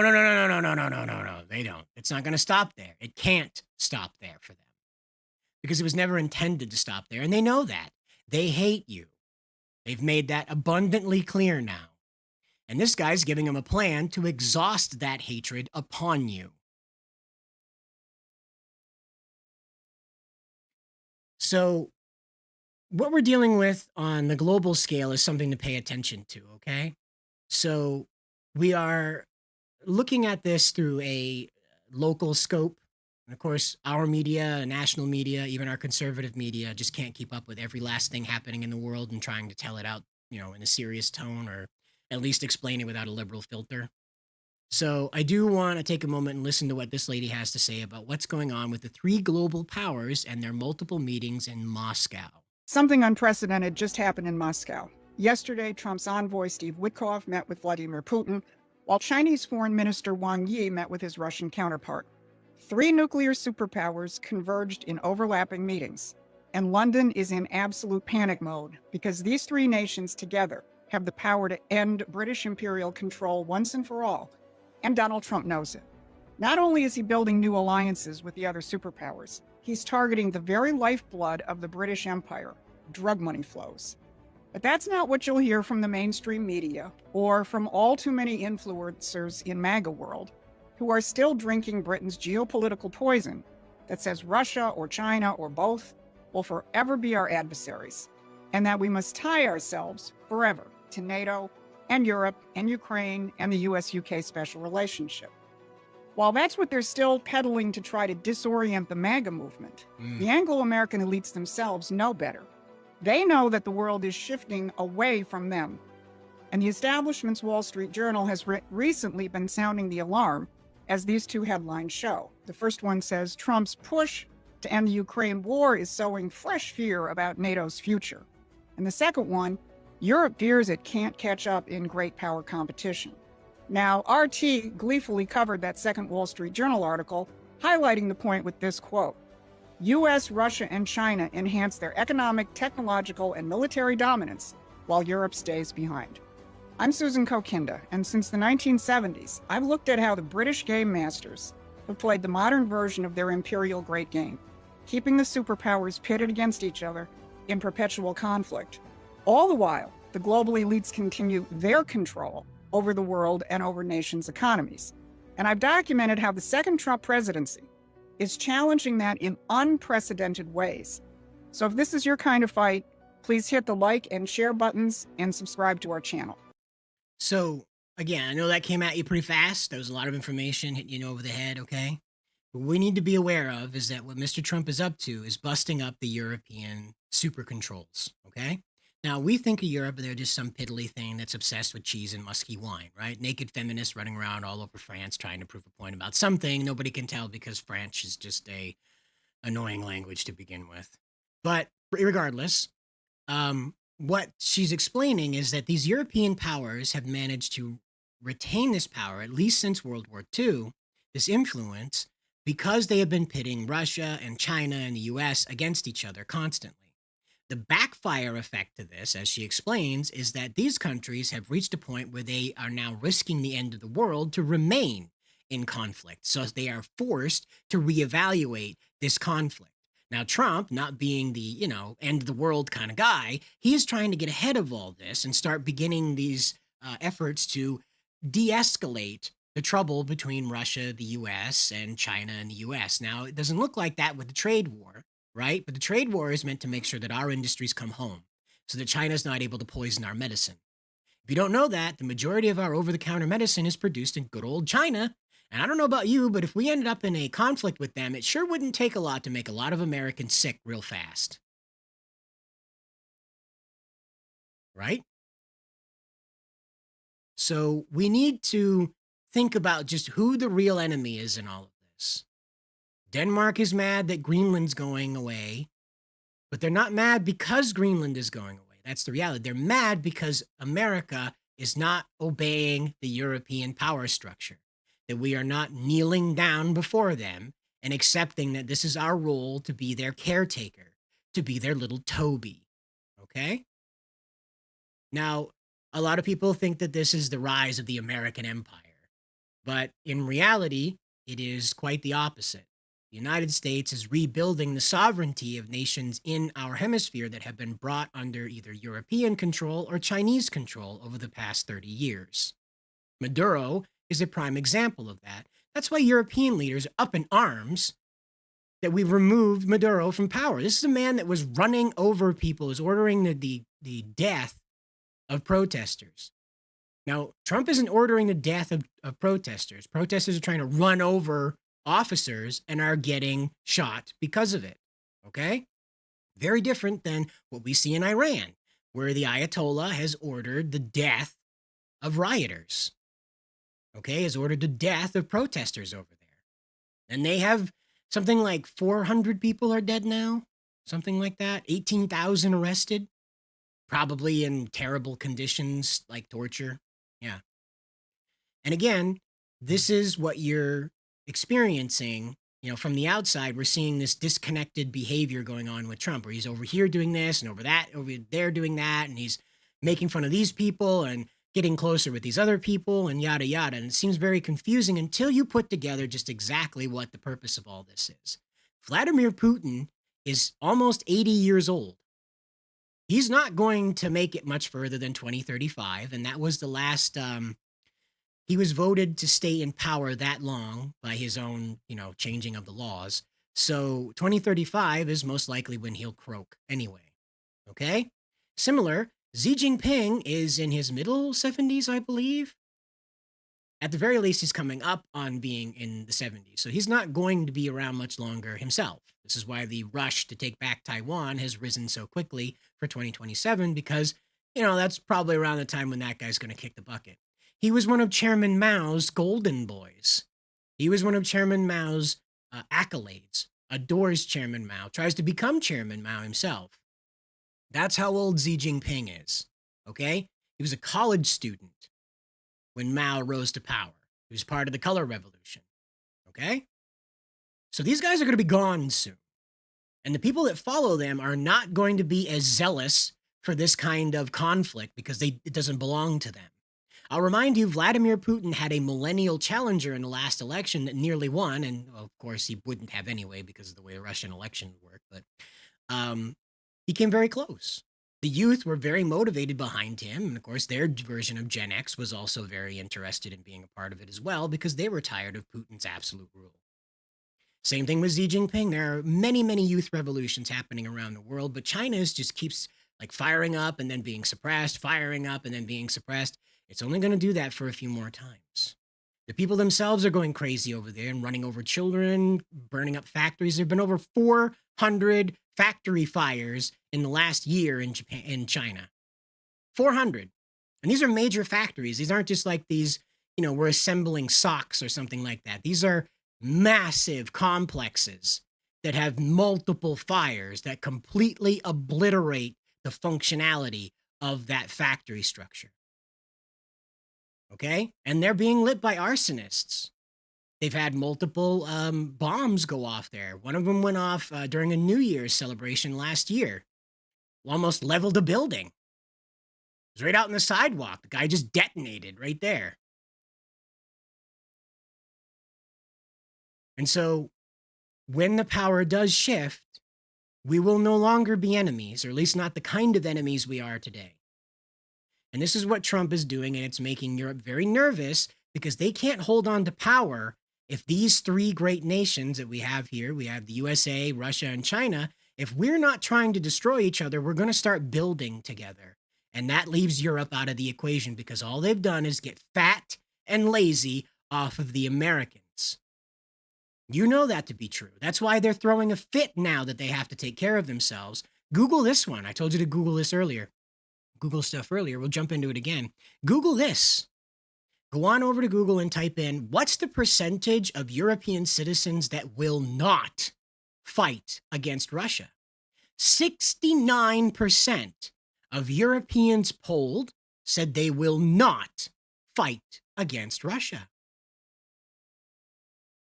That's 70% of the European citizenry, let alone their fighting force, that won't lift a finger to fight Russia. They expect Americans to go die in Ukraine for them.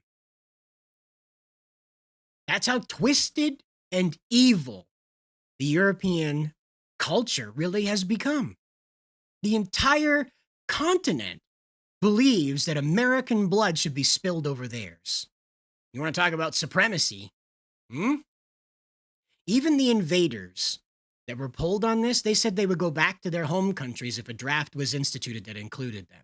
England clarified that they will not be drafting the invaders, that in fact it would be the native-born Englishmen, the Saxon, Brenton descended folk that will be going and dying for Ukraine, basically dying for nothing. Are you understanding yet?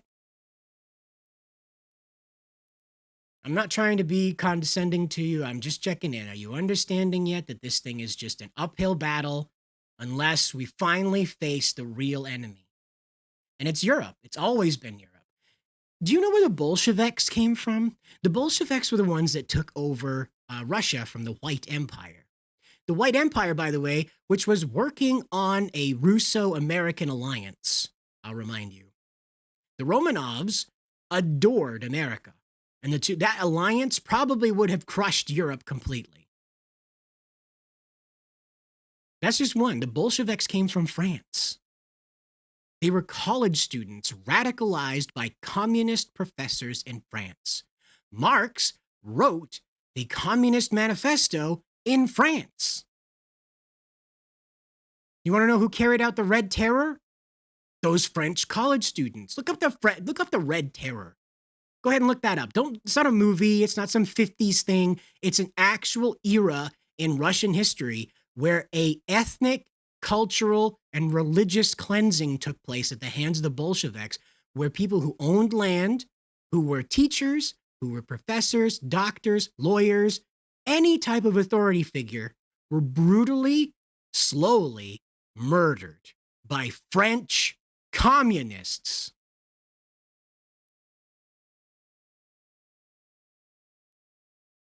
Europe has always been the problem, particularly France. A lot of stupid stuff comes out of France.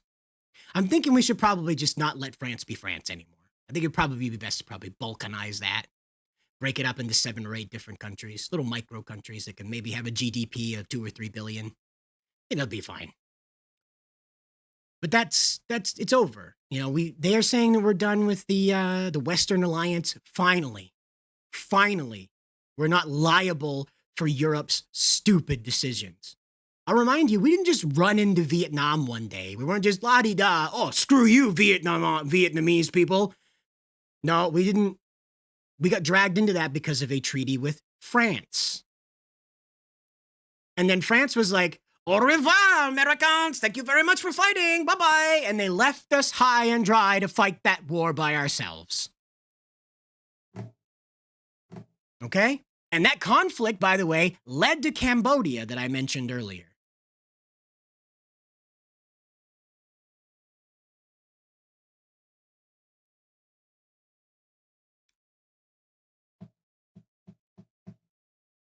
I'm sorry, it just gets me so pissed off when I think about Europe, all the stuff they've done, and how freaking useless that entire continent is. Now, I know you see these pretty postcards with their sloping mountains and their tall cathedrals, but I'm going to tell you that's like less than 0.5% of the place. It is a hideous, wet sack of shit. They do nothing but take. Just go ahead and look up all the medical advances that Europe has come up with over the past 50 years. They pale in comparison to what the United States has done. Those people over there are alive because we continue to solve their inbred genetic diseases. That's how inbred the Europeans are. They have genetic diseases that we have to solve for them.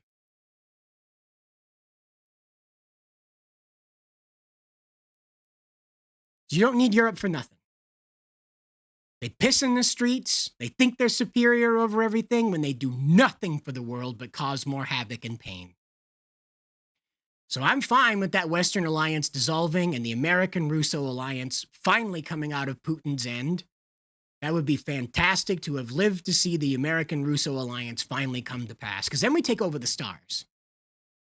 We're two spacefaring nations then, and we're taking off to Mars together. China can come too if they get rid of their weird totalitarian thing where they're wiping out the Uyghurs rather, and doing forced organ transplants on political dissidents, that kind of stuff.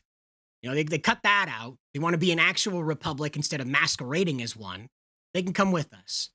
The American-Russo-Sino alliance will take over the stars. And this is what we need to do in order to go to space without turning it into a nuclear hellscape. Because believe it or not, you can't have 3 competing superpowers out in space and expect them not to have war with each other. So if we're all under one roof, well, guess what? Not going to have that war now, are we? The future's looking bright, guys. It looks scary at the moment because everything's happening at once. And as usual, when these seismic changes happen in the human psyche, in the human consciousness, when we suddenly become aware of something terrible, it tends to tear nations apart. It tends to put people who are not so aware of what's going on edge and make them act very strangely. And so now you know what's going on. Feel free to look it all up. Feel free to check it out. Feel free to look into this woman some more and check out exactly what she's up to. There's a ton of it going around the internet right now because this is a new conversation for a lot of Americans. We've just not been aware of it.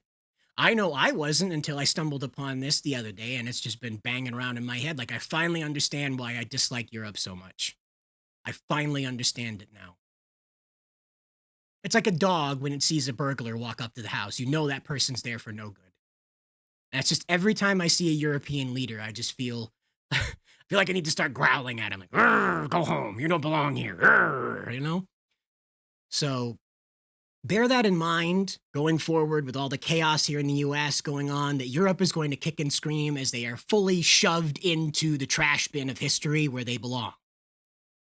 They'll be no more relevant to the world than Romania, which is where they belong, the dustbin of history, a pile of mistakes, a Jenga tower of bad decisions, finally falling on itself. But before I say something to get myself on more lists, that probably concludes this episode. As I said, it was going to be pretty dense. We were going to move through it as fast as we could. There's a lot more stuff to talk about in this regard. There's a lot more stuff to punch from the hip about, I'm sure. But like I said, I don't want to end up on a list. I've already said quite a few not so happy things during this stream. So, it's one of those things where I push the envelope far enough. Perhaps on another night when I'm feeling a bit more feisty again, I'll get back into that. But now you know what I'm thinking about, okay? Now you know what I'm thinking about. And I hope you bear in mind, too, what's going on in the world. Because we, in Maine, are going to become very important if Greenland is rolled into the United States, either as a territory or a full-fledged state. We are going to be very, very important to making sure that Greenland has all the industrial support that it needs. Now, I'll remind you, I put a proposal ahead a year ago about creating a city in Maine that exclusively refines and returns the materials extracted from Europe. From Greenland. Sorry, from Greenland. So we could talk about that again if you want to some other night. But for now, I want you to know that while all the chaos is going on right now, okay, while all this evil, all this uncertainty is filling every angle of our lives, okay, we will overcome this. From chaos to order, from darkness to light, from many hearts to one will. We must all take our place in the sun now. And as always, guys,